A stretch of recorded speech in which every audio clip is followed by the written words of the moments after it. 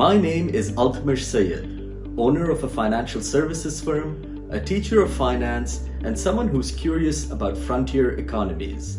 Join me in my journey as I deep dive into Pakistan's financial markets. Together, we will learn how to capitalize on the opportunities and navigate the risks that are present. We will hear commentary, opinions, and analysis from the leading voices and experts in this domain. Our end goal? To become knowledgeable and confident investors. So let's go. On today's show, we are excited to host Faiz Ahmed. Faiz is a current MBA candidate at Harvard Business School and recently launched Macro Pakistani, a data-driven research platform that aims to provide a basic understanding of Pakistan's economy. His education in economics at the Lahore University of Management Sciences helps him understand relevant concepts, while his experience as a management consultant at Bain Company allows him to break those concepts down into digestible pieces. As well, stints at the International Finance Corporation and the State Bank of Pakistan have also developed his familiarity with the perspectives of policymakers in Pakistan. In our discussion, Faiz helps break down the twin deficits crisis faced by Pakistan, how regional economic policy impacts Pakistan's economy, as well drawing a link between macroeconomic metrics and the capital markets. So let's get started. Okay, hi Faiz, welcome to the show. Thank you for having me. Oh, it's our pleasure. Listen, I'm very excited to hear about the macro perspectives that you would have about the Pakistan economy. So really interested in today's discussion. I also think for the viewers, this is going to be a bit of a fresh perspective because we've always focused specifically on the equity markets, but today we're going to go a bit high level and understand macro changes and how they impact the financial markets. So with that said, Faiz, if you'd be kind enough to introduce yourself to the audience and especially the work that you're doing under the title of Macro Pakistani. Yeah, perfect. So I have a background in economics and finance. I studied it, I worked in it. I also did a bit of management consultancy, which was also in financial services. Then I started sporadically doing angel investing in Pakistan and wanted to create an investment thesis. I'm a numbers person, so I started digging into data. But I think before I was bullish on Pakistan in general, I think it was a lot more patriotism than anything else. And then I got numbers to substantiate that. When I got proper time to actually research was actually during the lockdown. Before that, you always say, oh, I'm going to look this up, I'm going to look that up, but never really had the consistent time that was needed to do something like this. So during lockdown, I started researching. To sense check, I started talking to a few of my friends about the data that I was getting and the analysis I was doing. I got some very solid feedback from them, and they said, why don't you just make it public? So then I launched Macro Pakistani, the website with the articles. We have a newsletter as well that I release weekly. And honestly, for me, it was going to be a side thing. I was testing the waters, but contrary to popular belief, there is demand for information like this. When I started posting, I got a lot of engagement from young people, specifically in Pakistan, a lot on Instagram as well. And that's when I started looking at data to substantiate this part of the story. And I found Pakistan's civic engagement is actually quite high. I think 48% of all social media users in Pakistan access online news at least once a day. Right? That's a startling statistic for me, which means there's a lot of civic engagement. In India, the same number is 16%. In the Middle East, it's around 27%. So I'm not surprised anymore about people being interested in the topic, and I hope to continue delivering what I can in terms of my insights. Thank you for that, and a great introduction. Listen, we really plan on leveraging your macroeconomics expertise in our discussion today. And as well, I'm an avid reader of Macro Pakistani, the blog, as well as your Twitter feed. So please keep on doing what you're doing. It's a lot of fun to be on the receiving end and reading all of your content. Thank you. I'll move on to the discussion, and sort of my first question to you I'll start very high level. Faiz, over the past 2 years especially, we've heard the term twin deficits come up regularly in Pakistan's financial news. And so I was hoping if you would be able to provide our audience with a basic understanding of this term twin deficits, as well as some comments on the factors that would cause these deficits to occur. Yeah, sure. So the twin deficits specifically are the fiscal deficit and the current account deficit, right? Let's start with the fiscal deficits because a lot more people can relate to it and understand it. How that works is governments earn revenues and they need to spend on their citizens as part of the social contract that they have with the state. If they don't make enough revenue, they cannot spend the money that they're supposed to spend. If they still need to spend more, there's a deficit that they need to cover. Fiscal in Pakistan, that's almost always the case where we have fiscal deficits. That primarily happens because we don't collect enough taxes, right? Tax collection in Pakistan is 11 to 12% of GDP. According to the World Bank, full potential is like 25%. So we're far below potential in terms of tax collection. And at the same time, you still need to spend around 20% of your GDP. So consistently, what you will see, particularly in the last 2 years, as you mentioned, is this deficit of 8 to 9%. Now, this deficit also needs to be financed. And how you finance this is with loans. And those loans, to add to that, you have to pay back with interest. So debt service also feeds back into the government expenditure that needs to be done, and which perpetuates this cycle of fiscal deficits that keeps on going. Here is where I think the other deficit comes in, and that's where the connection lies, because another place where the government needs to borrow is foreign funding to finance what's called the current account, right? The current account, in simple terms, is, I think it has three broad perspectives to it.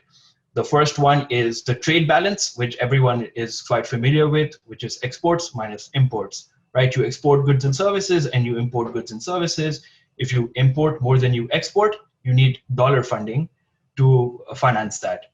The second balance is called the primary balance, which is repatriation of income from, take for example, Unilever in Pakistan, repatriating profits to its parent company, right? So that's money that goes out of the country as well. The last one for me is actually quite important, which is secondary income balance, which includes stuff like remittances, right? And for me, remittances are the saving grace of the country. I think all of this makes a lot more sense if I use some numbers. So to take, for example, last year, our exports were of goods and services were around $28 billion, right? Imports, on the other hand, were over $50 billion. Already you have a deficit of 22 to 23 billion that needs to be financed, right? But when you add the repatriation aspect of the primary balance that I talked about, it goes up to $28 billion roughly, right? So there's $28 billion that you need to finance. But in actuality, what happens is you don't end up having to finance all of it because remittances come into the country. And the amount of remittances last year was roughly around $23 billion. So that's really where, you know, you caught up and you didn't require as much dollar funding as you would have if remittances didn't come into the country. Again, you still have a deficit left because the $23 billion doesn't cover everything. And that is financed by what's on the other side of the balance of payments, as it calls, right? That's the financial account, which also has, I'd say, three main components. The first one, which is what everyone looks for, is FDI, foreign direct investment, which is long-term investment in companies in Pakistan, for example. The second one, which I think you were most familiar with as well, is portfolio investment, which is stocks and bonds that foreigners buy in Pakistan, right? Typically, these are not as sticky as FDI. By sticky, what I mean is long-term. They tend to leave, come and go at whims of investors. The last one is foreign loans, where maybe other countries or multilateral partners are gonna help finance your balance of payments. If all of these three components are not enough, then the central bank in Pakistan, which is called the State Bank in Pakistan, has reserves, foreign exchange reserves. So if none of these sources add up, they need to eat out of the reserves to make sure that Pakistan has the dollars it needs to continue financing its imports. And that is basically what the current account is. But as I mentioned, foreign loans is one component. More often than not, what happens with Pakistan is we have a balance of payments crisis. You have to go out and get foreign exchange loans. When you get those loans, they feed back into what I was talking about earlier, which is loans that need to be paid back in the future. So they directly contribute to the fiscal deficit. And as the cycle perpetuates, as you have a deeper current account deficit, as you require more loans, they still feed into your fiscal space. And basically, that's what the twin deficits situation is in Pakistan. Who would have thought, Faiz, that two simple words, twin deficits, would have such a deep meaning? And you've done such a good job breaking them down, or the deficits down, into their individual components. So thank you for sharing that. That flowed very easy, and I don't think many of us realized the so many pieces that work towards creating these deficits. So you've done that for us. You've laid the deficits out, and the factors that impact them. And perhaps the next logical question would be, what steps is the Pakistani government as well as the central bank taking to tackle this deficit crisis that's on hand? Sure. I'd flip the tackling because I think that will help understand this topic a bit more, which is, what would you like to do to improve your current account balance, right? You would want as many exports as possible, as much FDI flowing into the country, as much remittances flowing into the country, as little imports as possible. But if you just stick to exports, in order to increase your export base, you need to be competitive in the international market. Specifically, your goods and services need to compete with other countries' goods and services. However, if you haven't invested in the past and you haven't innovated in the past, your goods and services tend to become less competitive in international markets. There is a link between this demand for goods and services of a specific country and the currency demand of that country as well, right? So if I don't want Pakistani goods, I don't want the Pakistani rupee. But if I do want the Pakistani goods, I will want Pakistani rupee. So what happens when your goods become uncompetitive is your currency is also supposed to lose value, right? But for a very long time in Pakistan, we were married to this fixed exchange rate regime where even though our goods were becoming uncompetitive, we stuck to this arbitrary number in terms of what the exchange rate with the US dollar and didn't let it depreciate or lose value. But remember at the same time that we had inflation as well. So our goods are becoming uncompetitive. We're trying to keep them at the same international price, let's call it that. But at the same time, you have inflation, which is making the goods even more uncompetitive, right? So just to add this nuance, so how you would fix this issue is trying to make your goods more competitive by establishing what's called a market-based exchange rate, or a more extreme sense of floating exchange rate, where the market will determine how much Pakistani rupee I want, how much of a supply is available, and then determine if it's going to be 100, if it's going to be 200, whatever the parity is going to be. So in terms of what the government did when they came in, and it started a bit before this government came in, was they started realizing that in real effective terms, your exchange rate had lost a lot of value, right? And in order to price that in, you had to let it go to its fair value, which turned out to be 2 years later at 170 compared to 100, what it was 2 years ago.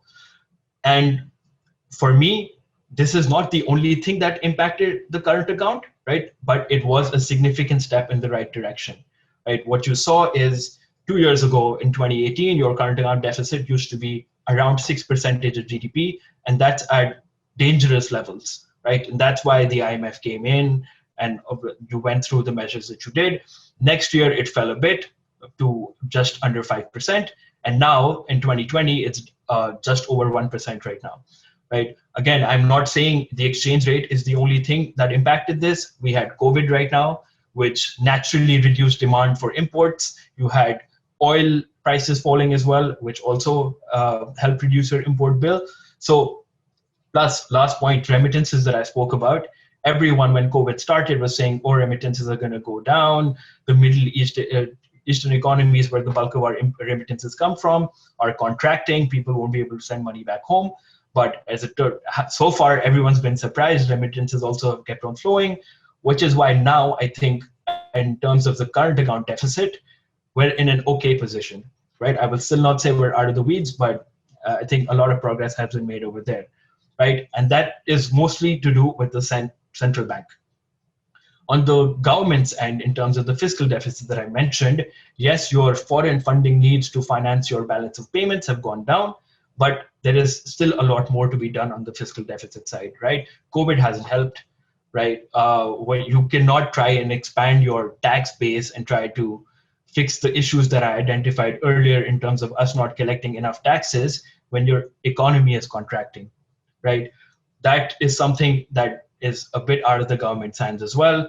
What it can do is manage expenditures a bit more.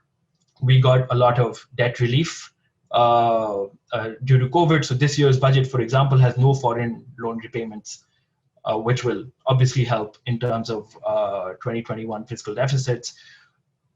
I think so the news that I hear recently is the deficit is going to be around 8% for 2020. It was 9.1% last year. So I think still a bit need to be done over there, but also understand what the environment that we're getting into now. I think globally we have low interest rates. So future loans that you take should be ideally at a lower price, so which will help reduce a bit of the debt burden.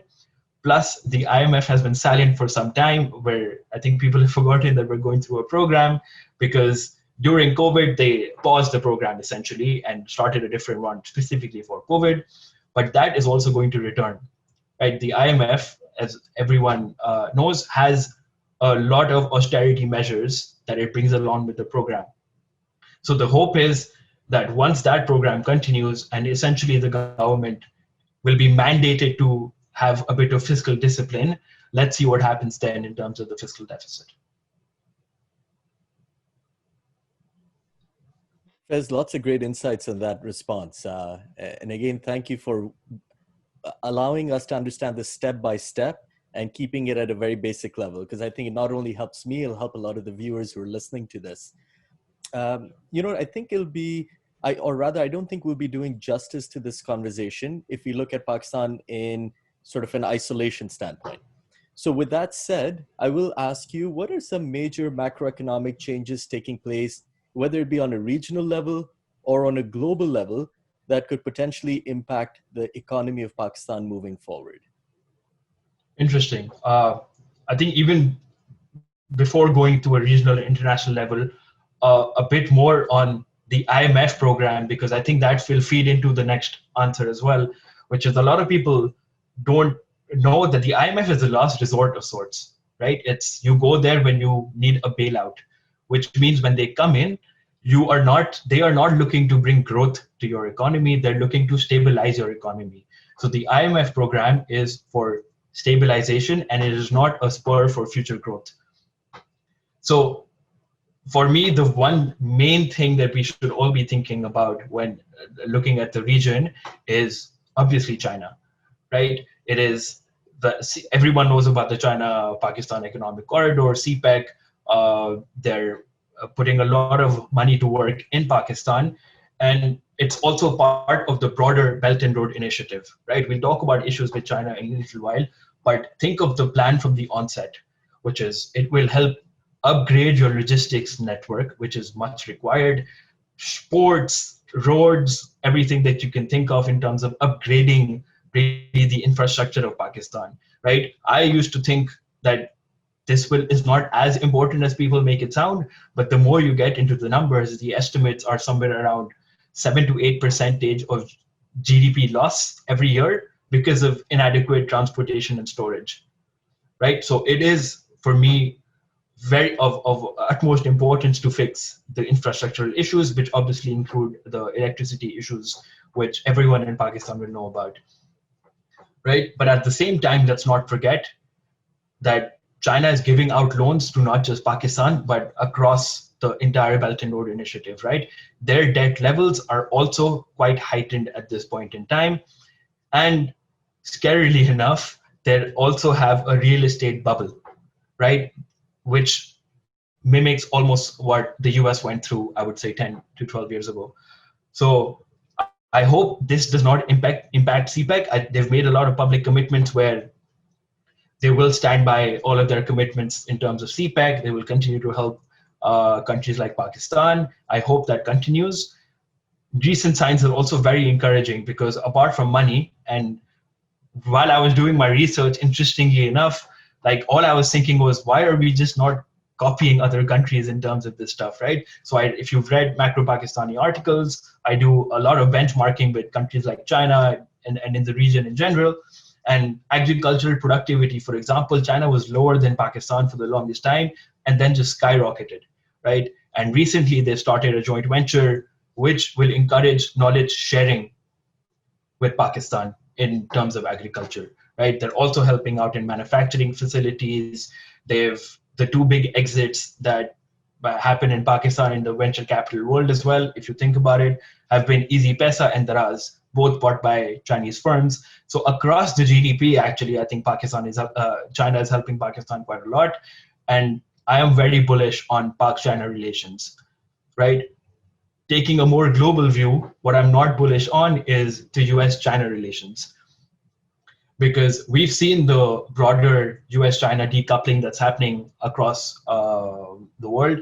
And I actually think that provides an opportunity for Pakistan, right? I haven't written about this yet, but I've usually do a bit of research before I write. So I looked up US imports for textiles. If you compare current figures to 2018 figures, you will see China has dropped their share from 40% to 15% of all US textile imports. And that's a very visible sign of the decoupling that I just talked about, right? At the same time, who is taking up the mantle, right? India has increased its share by 4 percentage points. Bangladesh and Vietnam are both around 3% gain in their shares. Cambodia is around 2% in their increase of share of US textile imports. Pakistan is still at 1.2% increase in share, right? So how I look at the economy going forward is there's a lot of, I would almost call it low-hanging fruit. Now that your current your current account issues have been more or less solved, your exchange rate is market-based, I feel like Pakistan is just ready to take off, and hopefully this 1.2% can increase a bit more. A lot of people tell me you're way too optimistic, but I think I'm a glass half full person than a glass half empty person, and I'd like to see what happens in the future. Awesome. Thank you for that, Faiz. I don't want to put words in your mouth, but the way I understand it is the fortunes of Pakistan are tied to the fortunes of China, at least in the short term. I will not repeat that. Okay. All right. Fair enough. Listen, I'm going to say thank you for such an enlightening conversation. And I'll be honest, I feel smarter as a result of this discussion. So I feel smarter now than I did about 15, 20 minutes back.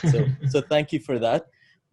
What I will be doing for the audience is in our show notes, I will be adding Faiz's Twitter handle, as well as a link to the Macro Pakistani website. So you can easily find him and follow his work. And I highly recommend you do so. And then as we conclude this conversation, I do have a final question for you, Faiz. And that question is, I'm hoping for some of your comments on macroeconomic themes that you feel public market or financial market investors in Pakistan should be focused on. And then I'll take it one step further and I'll say, if this isn't asking too much, specifically with the different macroeconomic policy changes that you've alluded to in our conversation today, how would those impact the different sectors of the economy in Pakistan? Sure. Capital markets, as we've discussed before, is not really my expertise, but macro insights in terms of where a capital market investor should be looking at or what metrics they should be looking at. I think if I was heavily investing in capital markets, I would keep a lookout for interest rate changes, right? That's the first thing. Every active investor should know that interest rates drive valuations, right? They're literally in the denominator of the calculations you do when you do valuation. And globally, what's happened within these the low interest rate environment is that they've buoyed capital markets across the world. It's happened here in the US. It's happened recently in Pakistan as well. So, and by definition, what this means is you need to keep a lookout on inflation, right? So interest rate and inflation, because in Pakistan now we have an autonomous central bank that is forward looking, that does target inflation. So I would closely track inflation to see what the expectation is of the future, so that I can determine if interest rates are going to be cut or not, or if they're going to be increased or not. That's the first thing and the most basic sense I would look at. But again, this for me is a very short-term metric, right? It's a day-to-day thing I check. It's really out of at least my control. What I would still think about is I would step back and think long-term about Pakistan, right? I think Pakistan is still emerging as an emerging economy, right? And it's in a very nascent stage of development, and the long-term returns to be made in a country like Pakistan are phenomenal, right? In absolute terms, the 10-year return on the stock market is somewhere around 17%, right? Which means you need to hold it for 10 years to realize that kind of return, but it's very significant. A lot of people will question and say, what if the currency depreciates during that 10-year period? Even taking depreciation into account in USD terms, the returns are somewhere around 13%, right? I'm giving you broad strokes, but that's basically the ballpark number. And if you compare that to the NASDAQ and S&P 500, comfortably beating both. So I would step back and think about, okay, what in an emerging market, the returns, though volatile, are still good for the long run. I would put my money and forget about it. In finance, we say price is what you pay and value is what you get, right? In Pakistan, the price you pay is really low compared to the rest of the region.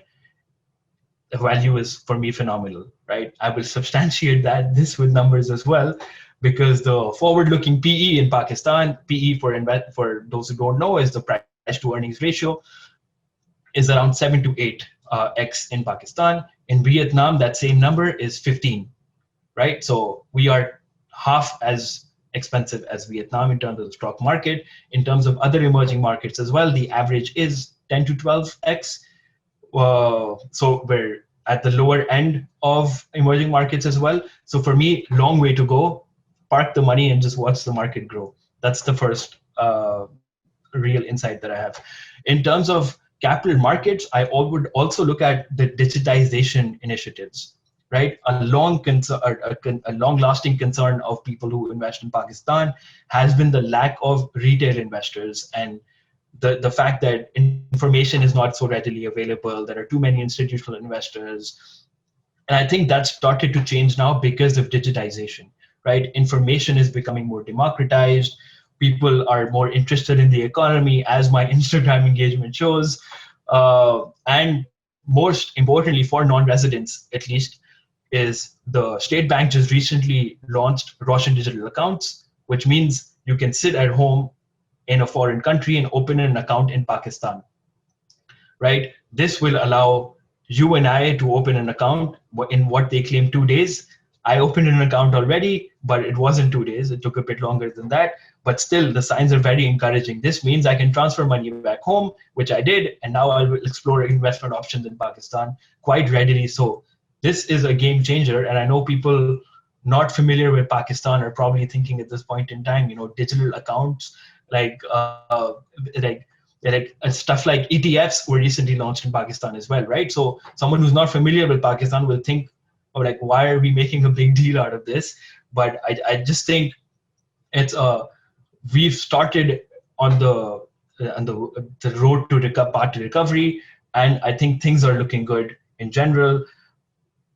I'm a big believer in being a big fish in a small pond, and I think Pakistan is a small pond which can accommodate a lot of big fish. So excited to see what Pakistan holds for the future in terms of capital markets and the overall economy.